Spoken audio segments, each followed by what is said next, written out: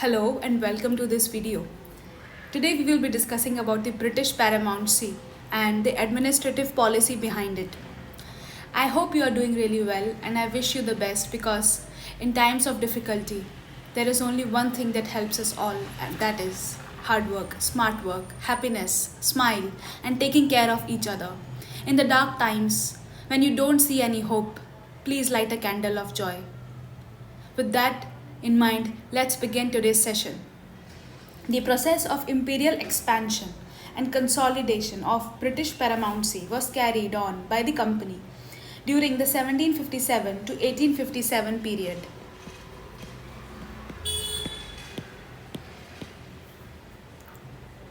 Through a twofold method. The first was policy of annexation. The policy of annexation by conquest or war, and the policy of annexation by diplomacy and administrative mechanism. We have already discussed how the company defeated and subjugated one by one the major Indian powers like Bengal, Mysore and the Marathas, the Sikhs, mainly by waging wars against them and through considerable deceit. But in the case of many other powers, the British applied diplomatic and administrative policies. In this context, we may cite examples of Warren Hastings' ring fence policy, Wellesley's system of subsidiary alliance, and Dalhousie's doctrine of lapse. So, let's chart this out. The Warren Hastings ring fence policy.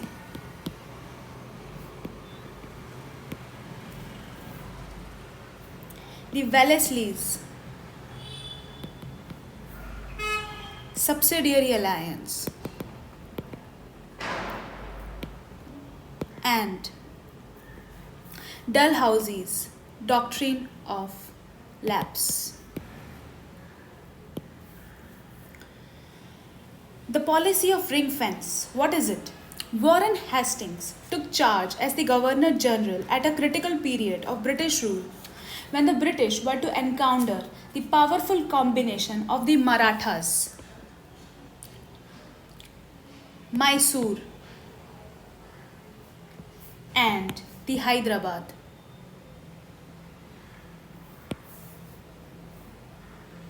He followed a policy of ring fence, which aimed at creating buffer zones to defend the company's frontiers.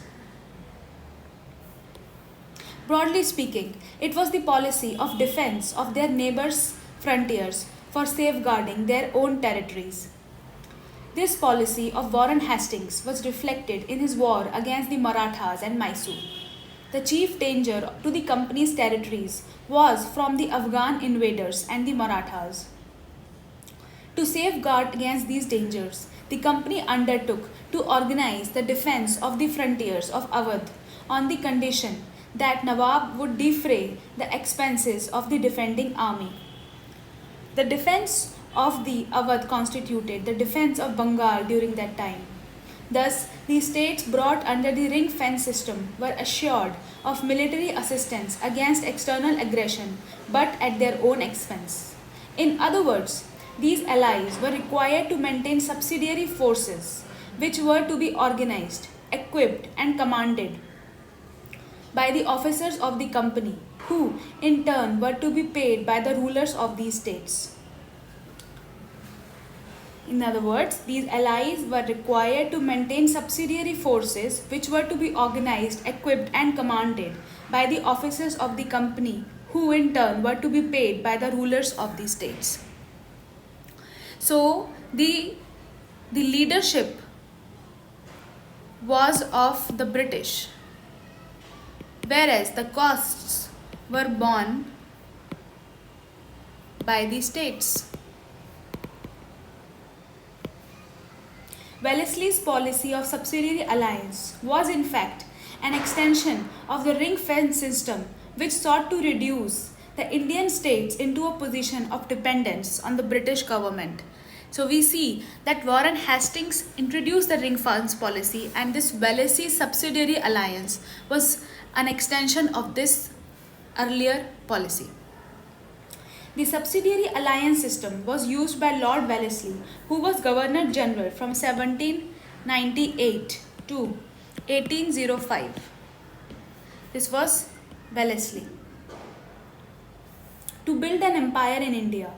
Under the system, the allying Indian states' ruler were compelled to accept the permanent stationing of a British force within his territory and to pay a subsidy for its maintenance. The Indian ruler had to agree to the posting of a British resident in his court.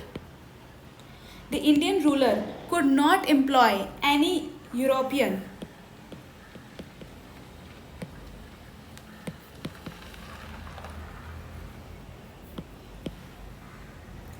in his service without the prior consultation with the company, nor could he go to a war or negotiate with any other ruler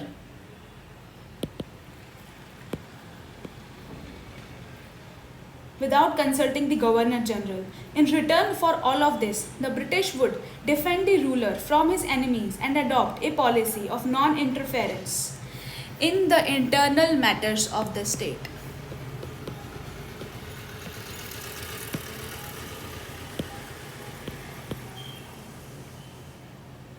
One of the objectives behind Wellesley's strengthening of the subsidiary alliance system was to keep the French from reviving and expanding their influence in India.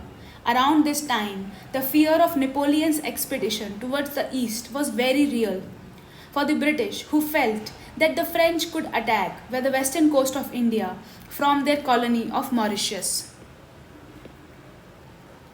Colony of Mauritius. The French colony of Mauritius. Hence, the clause in the alliance treaty requiring the Indian rulers to dismiss Europeans from their service and not employ any. By means of this system, the company could station its forces at strategic locations and keep the French at bay. Besides, the subsidiary alliance would expand the company's hold over the Indian states and gradually bring more and more territory into the company's fold. The Indian rulers lost their independence by buying security. They were not free of interference from the British resident. They lost much of their revenue paying for the British troops. Also, the alliance made the Indian rulers weak and irresponsible. The subjects were exploited, and it was practically impossible to depose the oppressive rulers as they were protected by the British. It was probably Dupleix who first gave on hire European troops to Indian rulers to fight their wars. Since then, almost all the governor generals from Clive onwards applied the system to various Indian states and brought it to near perfection.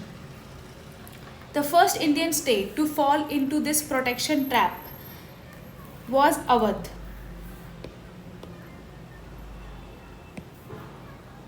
Which in 1765 signed a treaty under which the company pledged to defend the frontiers of Awadh on the condition of the Nawab defraying the expenses of such defense. It was in 1787 that the company first insisted that the subsidiary state should not have foreign relations. This was included in the treaty with the Nawab of Carnatic, which Cornwallis signed in February 1787. It was Wellesley's genius to make it a general rule to negotiate for the surrender of territory in full sovereignty for the maintenance of the subsidiary force. Stages of application of subsidiary alliance. There were 4 stages. In the evolution of the subsidiary alliance, in the first stage, the company offered to help a friendly Indian state with its troops to fight any war which the state might be engaged in. Fight any war.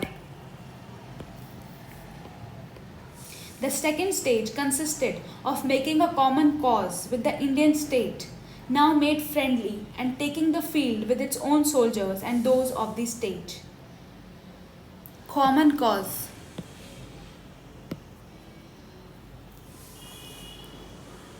Now came the third stage, when the Indian ally was asked not for men but for money. Money. When the when the Indian ally was asked for not for men but for money, in return the company promised that it would recruit, train and maintain a fixed number of soldiers under British officers, and that the contingent would be available to the ruler for his personal protection as also for keeping out aggressors. In the fourth or the last stage, the money or the protection fee was fixed, usually at a high level. When the state failed to pay the money in time, it was asked to cede certain parts of its territories to the company in the lieu of payment. The company's entry into the affairs of the state had begun. Now it would be for the British resident installed in the state capital under the treaty to initiate, sustain, and hasten the process of eventual annexation. Wellesley converted the British Empire in India to the British Empire of India. From one of the political powers in India, the company became the supreme power in India and claimed the whole country as its sole protectorate. From Wellesley's time onwards, the defense of India was the company's responsibility.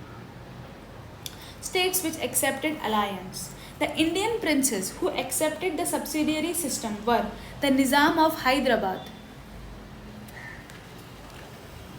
the ruler of Mysore, the ruler of Tanjore, the Nawab of Awadh, the Peshwa, the Bhosle Raja of Barar, the Bhosle Raja of Berar, the Sindhia, the Rajput states of Jodhpur, Jaipur, Macheri, Bundi, and Bharatpur. The Holkars were the last Maratha confederation to accept the subsidiary alliance in 1880. These were the last, the Holkars. In 1950, Colonial Office paper disarmingly says that Britain, as a seafaring and trading nation, had long been a collector of islands and peninsulas. In a much quoted remark, Sir John Seeley, the Regius Professor of Modern History at Cambridge, said something similar in 1883. We seem, as it were, to have conquered and peopled half the world in a fit of absence of mind. That didn't mean quite what it seemed to say, L. What Seeley meant was that there had not been a coherent policy behind Britain's imperial expansion. There had been an incoherent set of policies. The 1950 paper explained that the collection of islands and the peninsulas was assembled to protect trade and the sea routes. The motive for empire was selfish. The motivation consisted of desires which interlocked desires for wealth, for strategic possessions from which to defend the wealth, and for prestige, the inevitable concomitant of wealth. In the process, numberless hundreds of thousands of native populations were slaughtered. Almost always, the subject race, even the most sophisticated and educated amongst them, were regarded as and made to feel inferior to the ruling caste. This is a quote from the book Keeping the Jewel in the Crown by Walter Reed. In the 100 years after Plassey, the East India Company, with an army of 260,000 men at the start of the 19th century and the backing of the British government and parliament, many of whose members were shareholders in the enterprise, extended its control over most of India. The company conquered and absorbed a number of hitherto independent or autonomous states, imposed executive authority through a series of high-born governor-generals appointed from London, regulated the country's trade, collected taxes, and imploded its flat on all aspects of Indian life. Doctrine of lapse. In simple terms, the doctrine stated that the adopted son could be the heir to his foster father's private property, but not the state. It was for the paramount power, the British, to decide whether to bestow the state on the adopted son or to annex it. The doctrine was stated to be based on Hindu law and Indian customs, but Hindu law seemed to be somewhat inconclusive on this point. And the instances, an Indian sovereign annexing the state of his vassal on account of lapse, were rather rare. Maharaja Ranjit Singh had annexed a few of his feudatory principalities on account of lapse. Likewise, the company in 1820 acquired a few petty Cis-Sutlej states on the absence of heirs. Nonetheless, there was no clear-cut instance of an adopted son being deprived of an entire state or of such a state being regarded as a lapse. Though this policy is attributed to Lord Dalhousie, he was not its originator.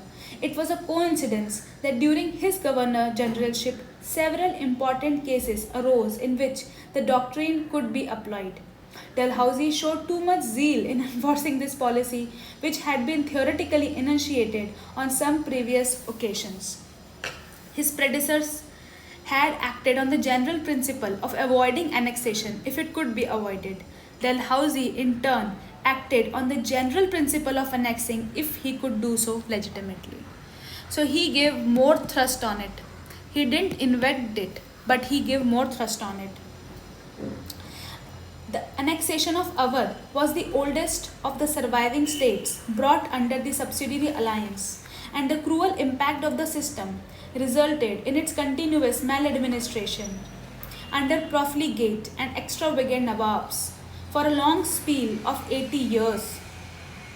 The people suffered from the heavy taxes imposed by the Nawab, as also the illegal exactions by his officials and the talukdars.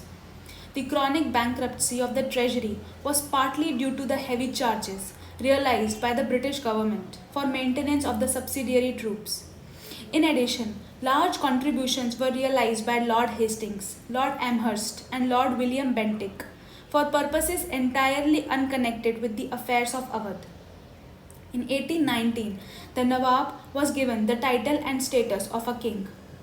Lord Dalhousie directed Sleeman, the resident in Awadh, to make a tour throughout the state and ascertain the actual situation by personal inspection.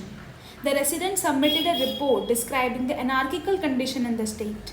He was succeeded as resident in 1854 by Outram, who submitted a report supporting that of his predecessor. Dalhousie hesitated to take the extreme step, that is annexation.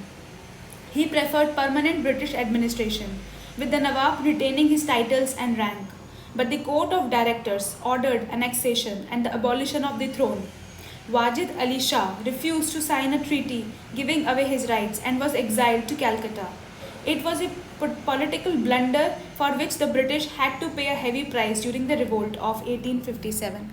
So it was the Wajid Ali Shah, the Nawab of Awadh at the time. It was a matter of chance that during Lord Dalhousie's term, many rulers of states died without a male issue, and 7 states were annexed under the doctrine of lapse. The most important of these were Satara, Jhansi, and Nagpur. Satara happened in 1848. Jhansi and Nagpur happened in 1854. The other small states included Jaipur, which is part of Bundelkhand, Sambhalpur, which is in Odisha, and Bhagat, which is part of Madhya Pradesh. Lord Dalhousie annexed Awadh in 1856 after deposing Nawab Wajid Ali Shah on grounds of misgovernment. Thus, Dalhousie annexed 8 states during his 8-year tenure as Governor General. In these 8 years, he annexed some 250,000 square miles of the territory of India. His reign almost completed the process of expansion of British power in India, which began with the victory of Siraj ud Daulah at Plassey in 1757. The desire of the British imperialists to consolidate their administrative and political power in the region led them into conflict with countries neighboring India. In that regard, now let's study the Anglo-Bhutanese relation.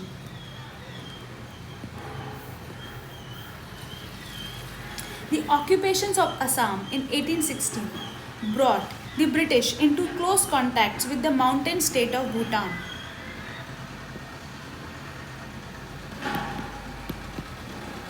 Frequent raids by Bhutanese into adjoining territories in Assam and Bengal, and the bad treatment meted out to Elgin's envoy in 1863 to 64, and the treaty imposed on him by which the British were forced to surrender the passes leading to Assam led to British annexation of these passes and the stopping of allowance paid to the Bhutanese. In 1865, the Bhutanese were forced to surrender the passes in return for an annual subsidy. It was the surrendered district which became a productive area with the tea gardens.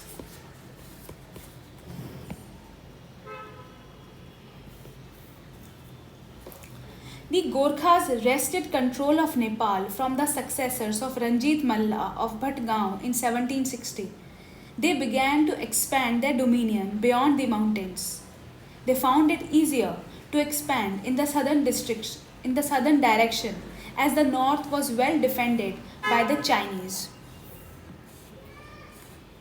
The Anglo-Nepalese relation. The Gorkhas wrested control of Nepal from the successors of Ranjit Malla of Bhatgaon. Ranjit Malla of Bhatgaon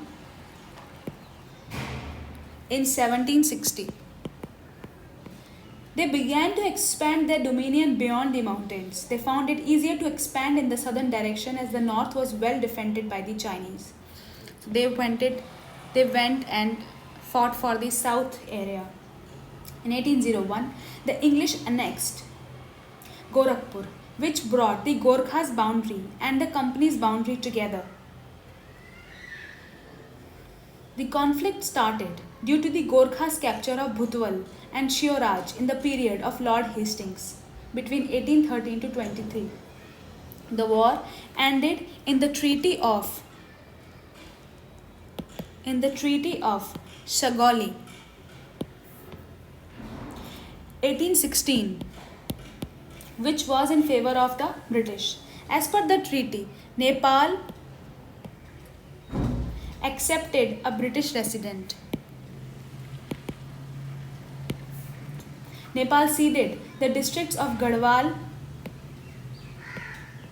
Kumaon, and abandoned claims to Terai. Nepal also withdrew from Sikkim. This agreement brought many advantages to the British. The British Empire now reached the Himalayas. It got better facilities for trade with Central Asia. Himalayas. Central Asia trade route opened up. It acquired sites for hill stations such as Shimla, Mussoorie and Nainital. And the Gorkhas joined the British Indian Army in large numbers.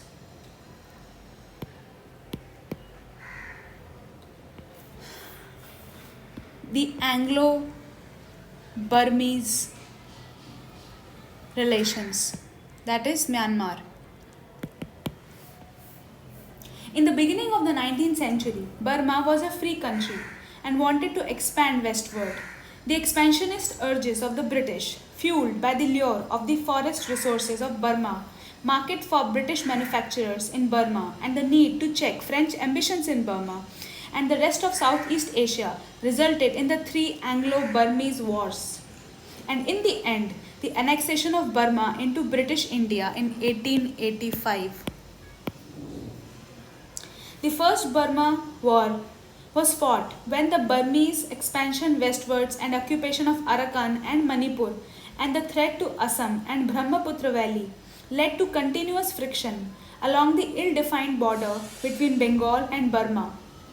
In the opening decades of the 19th century, the British Expeditionary Forces occupied Rangoon in May 1824 and reached within 72 km of the capital at Ava. Peace was established in 1826 with the Treaty of Yandabo. Treaty of Yandabo. In 1826. The treaty provided that the Burma would pay rupees 1 crore as war compensation, cede its coastal provinces of Arakan and Tenasserim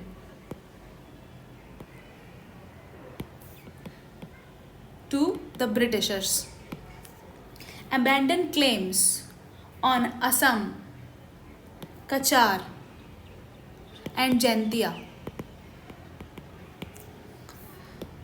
recognize Manipur as an independent state,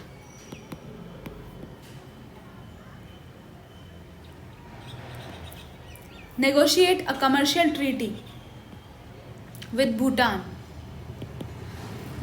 commercial treaty with Britain, and accept a British resident at Ava while posting a Burmese envoy at Calcutta.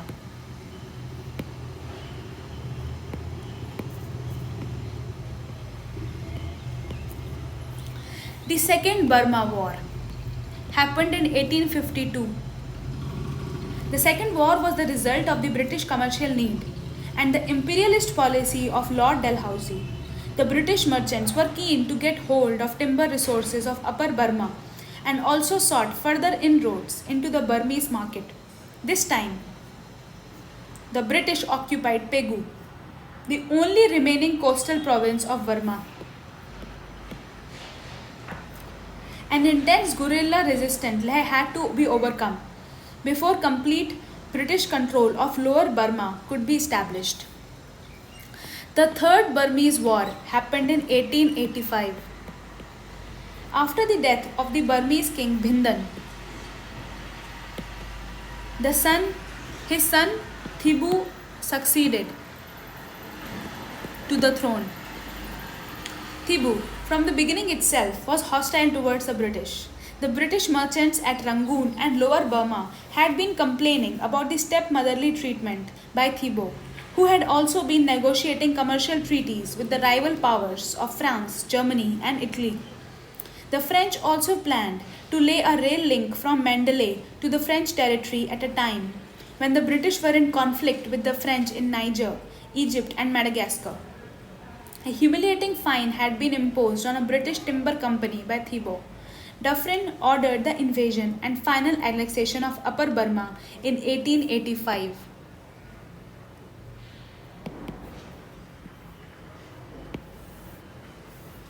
The British had to face a strong guerrilla uprising in the whole of Burma soon after, and a nationalist movement after the First World War. The Burmese nationalists joined hands with the Indian National Congress. To weaken this link, Burma was separated from India in 1935. The Burmese nationalist movement further intensified under U Aung San during the Second World War, which finally led to the independence of Burma on January 1948.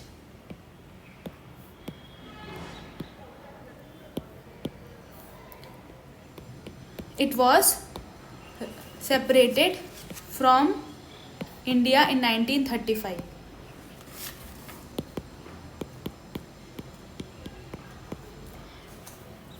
Now, we will study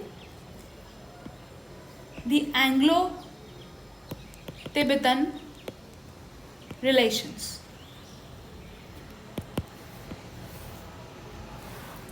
Tibet was ruled by a theocracy of Buddhist monks, the Lamas, under the nominal suzerainty of China. The British efforts to establish friendly and commercial relations with Tibet had not yielded any result in the past, and a deadlock had been reached by the time of Curzon's arrival in India. The Chinese suzerainty over Tibet was ineffective, and Russian influence of Lhasa was increasing. There were reports of Russian arms and ammunition coming into Tibet. Curzon felt alarmed and sent a small Gorkha contingent under Colonel Young Husband on a special mission to Tibet to oblige the Tibetans to come to an agreement. The Tibetans refused to negotiate and offered non-violent resistance. Young Husband pushed his way into Lhasa while the Dalai Lama fled. The Treaty of Lhasa.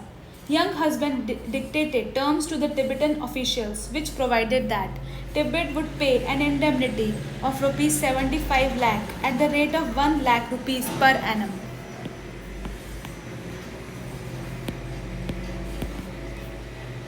As a security for payment, the Indian government would occupy the Chumbi Valley for 75 years. It is between Bhutan and Sikkim.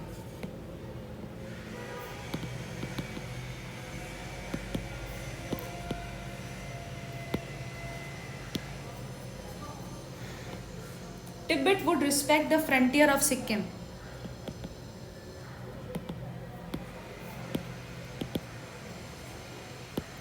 The trade marts would be opened at Yatung, Gyanse, Gartok, and Tibet would not grant any concession for railways, road, telegraph, etc. to any foreign state, but give Great Britain some control over foreign affairs of Tibet.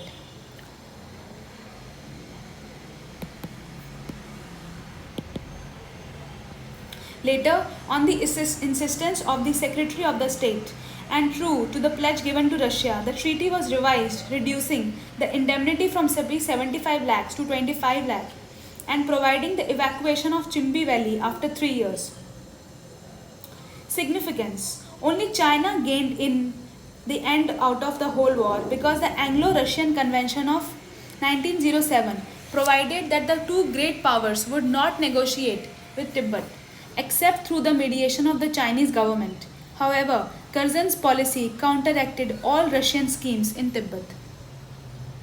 In the next video, we will try to wrap up this complete the other related topics, as well as we will do a quick revision of all the things that we have done so far. Until then, please take care and put a smile on your face. Bye.